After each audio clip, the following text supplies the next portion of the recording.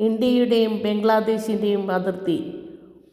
Boat വെള്ളത്തിൻ്റെ മുകളിൽ പൊങ്ങിക്കിടക്കുന്നത് പോലെ തോന്നുന്ന സ്ഥലം. ഇതാണ് ഡൗക്കി റിവർ. ഹായ് ഫ്രണ്ട്സ്, ലാൽസീസ് വേൾഡിലേക്ക് എല്ലാവർക്കും സ്വാഗതം. ബംഗ്ലാദേശിലെ ഏറ്റവും പ്രശസ്തമായ നദികളിലൊന്നാണ് ഡൗക്കി നദി. അതിലൂടെ ഒരു ബോട്ടിങ്ങിന് പോകാനുള്ള യാത്രയിലാണ് ഞങ്ങളിപ്പോൾ. റോഡിൽ വണ്ടി പാർക്ക് ചെയ്ത ശേഷം ഒരു തോട്ടത്തിലൂടെ കടന്നു വേണം നമ്മൾ ആ ബീച്ചിലെത്താനായിട്ട്. ആ തോട്ടം നിറച്ച് അരാക്കനട്ട് അല്ലെ കമുക് വെച്ച് പിടിപ്പിച്ചിരിക്കുകയാണ്. മനോഹരമായിട്ട് നിൽക്കുന്നു. അതിൻ്റെ എല്ലാം ചെറിയ ചെറിയ കടകളുണ്ട്. ബിസ്ക്കറ്റ്, കേക്ക്, ഫ്രൂട്ട്സ്, ബ്രെഡ്, ചിലയിടത്ത് ചായക്കടകളുമുണ്ട്. എല്ലാമായി നിൽക്കുകയാണ്. ഇതിൻ്റെ ഒരു പ്രത്യേകത ഞാൻ ശ്രദ്ധിച്ച, വളരെ നീറ്റായിട്ടാണ് എല്ലാ സ്ഥലവും കിടക്കുന്നത്. ധാരാളം ആൾക്കാർ ഇവിടെ വന്നിട്ടുണ്ട്. അവരെല്ലാം സാധനങ്ങൾ വാങ്ങിക്കുന്നുമുണ്ട്, കഴിക്കുന്നുമുണ്ട്. പക്ഷെ ഒരു സാധനം പോലും അവിടെ വലിച്ചെറിഞ്ഞതായിട്ട് ഞാൻ കാണുന്നില്ല. അവിടെ ഇൻസ്ട്രക്ഷൻസ് ഒക്കെ എഴുതിയിട്ടുണ്ട്, നമ്മൾ ബീച്ചിൽ ചെല്ലുമ്പോൾ ശ്രദ്ധിക്കേണ്ട കാര്യങ്ങൾ. സമയം ഇപ്പോൾ 4 മണി പോലും ആയിട്ടില്ല. പക്ഷെങ്കിൽ സൂര്യൻ അസ്തമിക്കാൻ റെഡിയായിട്ട് നിൽക്കുകയാണ്. അങ്ങ് പടിഞ്ഞാറ് ചക്രവാളത്തിലേക്ക് ചരിഞ്ഞുകൊണ്ടിരിക്കുന്നു. അവിടെ ടിക്കറ്റ് കൗണ്ടറുണ്ട്. അവിടെ കയറി നമ്മൾ ടിക്കറ്റ് വാങ്ങിക്കണം. ഇവിടെയാണ് ബംഗ്ലാദേശിൻ്റെയും ഇന്ത്യയുടെയും അതിർത്തി. വലിയ പെബിൾസ് കിടക്കുന്നു, മനോഹരമായിരിക്കുന്നു. ബോട്ടുകളൊക്കെ അവിടെ കിടപ്പുണ്ട്. ഞങ്ങൾ ടിക്കറ്റ് വാങ്ങിച്ചു. നമ്മൾ ടിക്കറ്റ് എടുക്കുമ്പോഴേ നമുക്ക് ബോട്ടും അലോട്ട് ചെയ്തു തരും. 3 പേരും അതിലധികവും കയറാവുന്ന ബോട്ടുകളുണ്ട്. അതിന് ഒരു ബോട്ടിന് 800 രൂപയാണ്. ഞങ്ങൾക്ക് അനുവദിച്ചു തന്ന ബോട്ടിൻ്റെ ഡ്രൈവറുടെ പേര് വില്ലി എന്നാണ്. അപ്പം വില്ലിയോട് പറഞ്ഞു വിടുന്നുണ്ട് ഒരാളെ. പ്ലാസ്റ്റിക് നിരോധിത മേഖലയാണ്.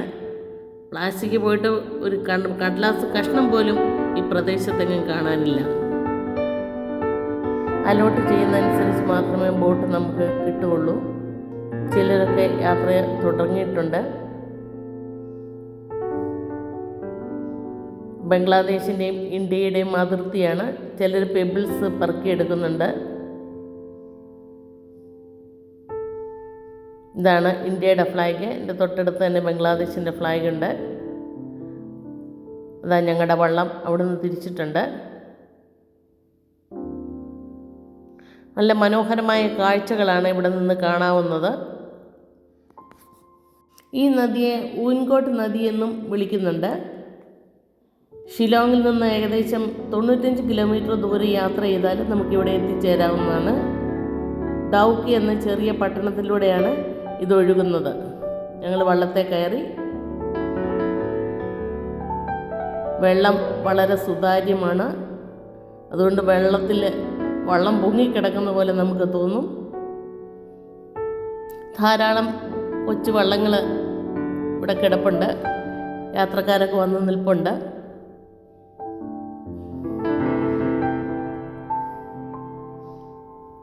നമ്മൾ നമ്മുടെ ഇന്ത്യയുടെ ഭാഗത്തുള്ള വെള്ളത്തിലൂടെയാണ് യാത്ര ചെയ്യുന്നത്. ലോകത്തിലെ തന്നെ ഏറ്റവും ക്ലിയർ വാട്ടറുള്ള ഒരു നദിയായിട്ടാണ് ഇതറിയപ്പെടുന്നത്. മഴക്കാലം ഒഴികെ വെള്ളം ക്രിസ്റ്റൽ ക്ലിയറായിട്ട് തന്നെ നമുക്ക് കാണാം. ഇതിൻ്റെ ശരാശരി ഉയരം 6 തൊട്ട് 10 മീറ്റർ വരെയാണ്. ചില സ്ഥലങ്ങളിൽ 12 മീറ്റർ വരെയുണ്ട്. വെള്ളം നല്ല ക്ലിയർ ആയതുകൊണ്ട് ആഴം തോന്നുകയില്ല. പക്ഷേ ഇപ്പോൾ ഇവിടെ ഒരു പാലത്തിൻ്റെ പണി നടക്കുന്നുണ്ട്. അതുകൊണ്ടാണ് കലങ്ങുന്ന പോലെ തോന്നുന്നതെന്ന് ഞങ്ങളുടെ കൂടെ വന്ന വില്ലി പറഞ്ഞു. വില്ലി ലോക്കൽ ലാംഗ്വേജ് ചേർന്ന് ഹിന്ദിയിലാണ് സംസാരിക്കുന്നത്. ഞാൻ ഇംഗ്ലീഷിൽ സംസാരിക്കാൻ ശ്രമിച്ചു. കാര്യമായിട്ടൊന്നും മനസ്സിലാകുന്നില്ലെങ്കിലും ഞങ്ങൾ പരസ്പരം നന്നായി സംസാരിച്ചു കൊണ്ടിരുന്നു. ലൈഫ് ജാക്കറ്റ് ഇടാഞ്ഞതുകൊണ്ട് എന്തോ എൻ്റെ മനസ്സിലൊരു ചെറിയ പേടിയുണ്ടായിരുന്നു. ബോട്ടിൽ കുറേ വെള്ളം കിടക്കുന്ന കണ്ടപ്പോൾ ശകലം പേടി കൂടെ തോന്നി.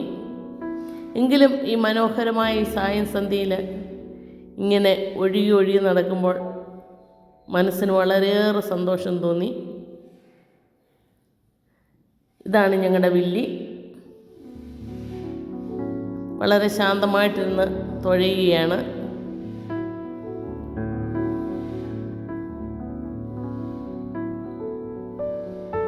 ധാരാളം ബോട്ടിൽ ആൾക്കാർ യാത്ര ചെയ്യുന്നുണ്ട്. മുകളിൽ കൂടെ ഒരു പാലം കടന്നു പോകുന്നുണ്ട്. അവിടെ നിന്നും ആൾക്കാർ താഴേക്ക് കാഴ്ചകൾ കാണുന്നുണ്ട്. പാറക്കെട്ടുകൾ വിട്ടും വിടാതെയും നിൽക്കുന്നത് കാണാനും ഭംഗിയുണ്ട്. വിണ്ട് കയറി നിൽക്കുകയാണ്. നദിയിലേക്ക് ചാഞ്ഞു നിൽക്കുന്നതായിട്ട് നമുക്ക് തോന്നും.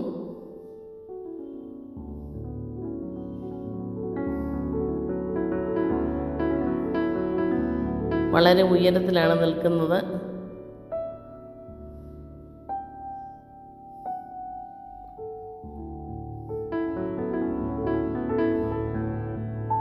മനോഹരമായ യാത്രയാണ്. അസ്തമയ സൂര്യൻ്റെ പൊൻകിരണങ്ങളേറ്റുള്ള യാത്ര. ചില ബോട്ടുകളൊക്കെ അടുത്ത് വരുന്നുണ്ട്. ഏതോ മത്സരത്തിനിരിക്കുന്ന പോലെ എനിക്കൊരു തോന്നൽ വന്നു. ചുറ്റും ബോട്ടുകൾ ആഞ്ഞ് തുഴഞ്ഞു പോകുന്നു. മീനുകളെയും കല്ലുകളും ഒക്കെ നമുക്ക് താഴേക്ക് നോക്കിയാൽ കാണാവുന്നതാണ്. പക്ഷെ സന്ധ്യ മയങ്ങുന്നതുകൊണ്ട് അത്രയും ക്ലിയറായിട്ട് കാണത്തില്ല. ഡോങ്കി റിവറിൽ കൂടെ യാത്ര ചെയ്യാൻ ഒക്ടോബർ മുതൽ ഏപ്രിൽ മാസം വരെയാണ് ഏറ്റവും നല്ല കാലം. വെള്ളം തെളിഞ്ഞു നിൽക്കുന്നത് ആ സമയത്താണ്. മഴക്കാലത്ത് വെള്ളം കുറച്ച് മങ്ങിക്കാണുന്നതാണ്.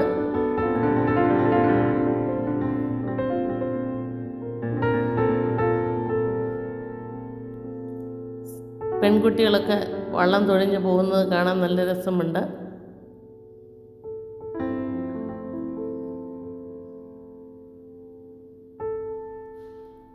ഇവിടെ പാലം പണി നടക്കുന്നതുകൊണ്ട് മണ്ണൊക്കെ കുറേ ഇറക്കിയിട്ടിട്ടുണ്ട്. 10-12 വയസ്സുള്ള ഒരു കുട്ടി വള്ളം തുഴഞ്ഞു പോകുന്നു.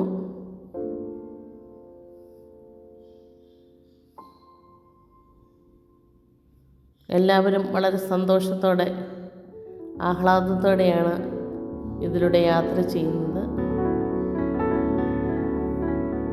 ശരിക്കും എന്നും ഓർത്തിരിക്കാനും മാത്രമുള്ള ഒരു സന്തോഷകരമായ യാത്രയാണിത്. ഒരു വള്ളം അടുത്തടുത്ത് വരുന്നുണ്ട്. മുട്ടാനുള്ള ചാൻസ് ആണ്ട മുട്ടി. ആ പെൺകുട്ടികളൊന്ന് തിരിഞ്ഞു നോക്കി.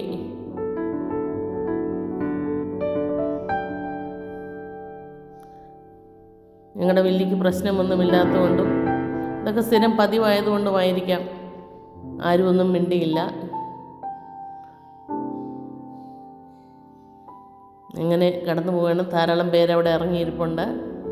ഞങ്ങളോട് ചോദിച്ചു, അവിടെ ഇറങ്ങി ചായ കുടിക്കുന്നോ എന്ന് ചോദിച്ചു. ഇങ്ങോട്ടുള്ള റോഡ് മഹാമോശമായിട്ട് കിടക്കുകയാണ്.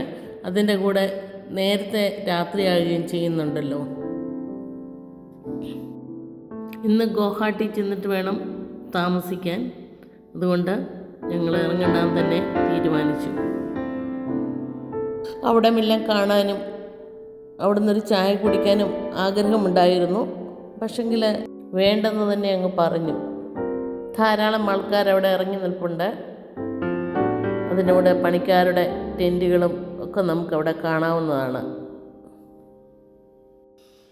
പാലം പണി പുരോഗമിച്ചുകൊണ്ടിരിക്കുകയാണ്. ഒരു കാര്യം ശ്രദ്ധിച്ചത്, ഇവിടെ മലയാള ശബ്ദം വളരെ കുറവാണ് കേട്ടത്. പോയ സ്ഥലങ്ങളിലൊക്കെ 4 പേരെ ഉള്ളതിലും 40 പേരുടെ ശബ്ദം കേൾക്കാമായിരുന്നു. ഇവിടെ അതുണ്ടായില്ല. സ്ത്രീകളവിടെ മീൻ പിടിക്കുന്നുണ്ട്. ചൂണ്ടയിട്ടാണ് മീൻ പിടിക്കുന്നത്. വേറെ ചിലർ കുപ്പിയിട്ട് വടിയും കെട്ടി അവിടെ മീൻ പിടിക്കുന്നുണ്ട്. ഇതാണ് കുപ്പിയിട്ടിട്ട് പോവുകയാണ്. അസ്തമയ സൂര്യന് ആകാശത്തിൻ്റെ നെറുകയിലൂടെ പതിയെ താഴേക്ക് ഇറങ്ങുമ്പോൾ അവൻ്റെ പൊൻകിരണങ്ങൾ ഡൗക്കി നദിയുടെ നെഞ്ചിലേക്ക് ചിതറി ഒഴുകുന്നു. ക്രിസ്റ്റൽ പോലെ സുതാര്യമായ വെള്ളം പൊന്നു നിറമുള്ള ഒരു കണ്ണാടിയായി മാറുന്നു. നിശബ്ദതയുടെ സംഗീതം പോലെ ബോട്ടിൻ്റെ ചെറു ചലനം മാത്രമാണ് നദിയുടെ ഹൃദയം ഇളക്കുന്നത്. വെള്ളത്തിൻ്റെ അടിത്തട്ടിൽ കിടക്കുന്ന കല്ലുകൾ പോലും പൊൻപ്രകാശത്തിൽ തിളങ്ങി മീനുകൾ നിഴലുകളായി നദിയുടെ ആഴങ്ങളിലൂടെ സഞ്ചരിക്കുന്നു. ചുറ്റുമുള്ള മലനിരകളെ സൂര്യൻ തൻ്റെ അവസാന കിരണങ്ങളാൽ പൊന്നും ചുമപ്പും കലർന്ന നിറങ്ങളിൽ മൂടുന്നു. ആകാശവും വെള്ളവും ഒന്നായി ചേർന്ന് സ്വർഗത്തിൻ്റെ ഒരു ചെറിയ തുണ്ട് ഭൂമിയിലേക്ക് ഇറങ്ങിയ പോലെ. ഈ നിമിഷത്തിൽ സമയം നിശ്ചലമായി പോയി എന്നൊരു തോന്നൽ. ഡൗക്കി നദി ഒഴുകുന്നതല്ല, ഒരു സ്വപ്നം നമുക്കിടയിലൂടെ പതിയെ സഞ്ചരിക്കുന്നത് പോലെ. പൊൻവെള്ളത്തിൽ വിരിഞ്ഞ ഈ യാത്ര ഇവിടെ അവസാനിക്കുന്നില്ല, ഓർമ്മകളായി തുടരും. ഇതൊരു സഞ്ചാരമല്ല, ഇത് ശരിക്കും ഒരു അനുഭവമാണ്. ഈ ബോട്ടിൽ നിന്നിറങ്ങുമ്പോൾ പിന്നിൽ വിടുന്ന ഒരു യാത്രയല്ല, കുറേ ഓർമ്മകളാണ്. മനസ്സില്ലാ മനസ്സോടെ ഇറങ്ങട്ടെ, പക്ഷേ ഡൗക്കി നദി മനസ്സിൽ തുടർന്നൊഴുകുന്നു. ഇന്ത്യൻ ഫ്ലാഗ് അഴിച്ചു വയ്ക്കുകയാണ്. 4:30 പട്ടാളക്കാരൻ ഫ്ലാഗ് താത്തു തുടങ്ങി, ബംഗ്ലാദേശിൻ്റെ ഫ്ലാഗ് താത്തു തുടങ്ങി. നമ്മുടെ അതിർത്തി തിരിച്ചിരിക്കുന്ന മുളക്കമ്പ് കൊണ്ടും ചരട് കൊണ്ടുമാണ്.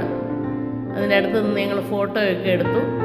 ഇന്ത്യയുടെയും ബംഗ്ലാദേശിൻ്റെ അതിർത്തിക്കിടയിൽ കുറച്ച് സ്ഥലം നോമാൻസ് ലാൻഡുണ്ട്.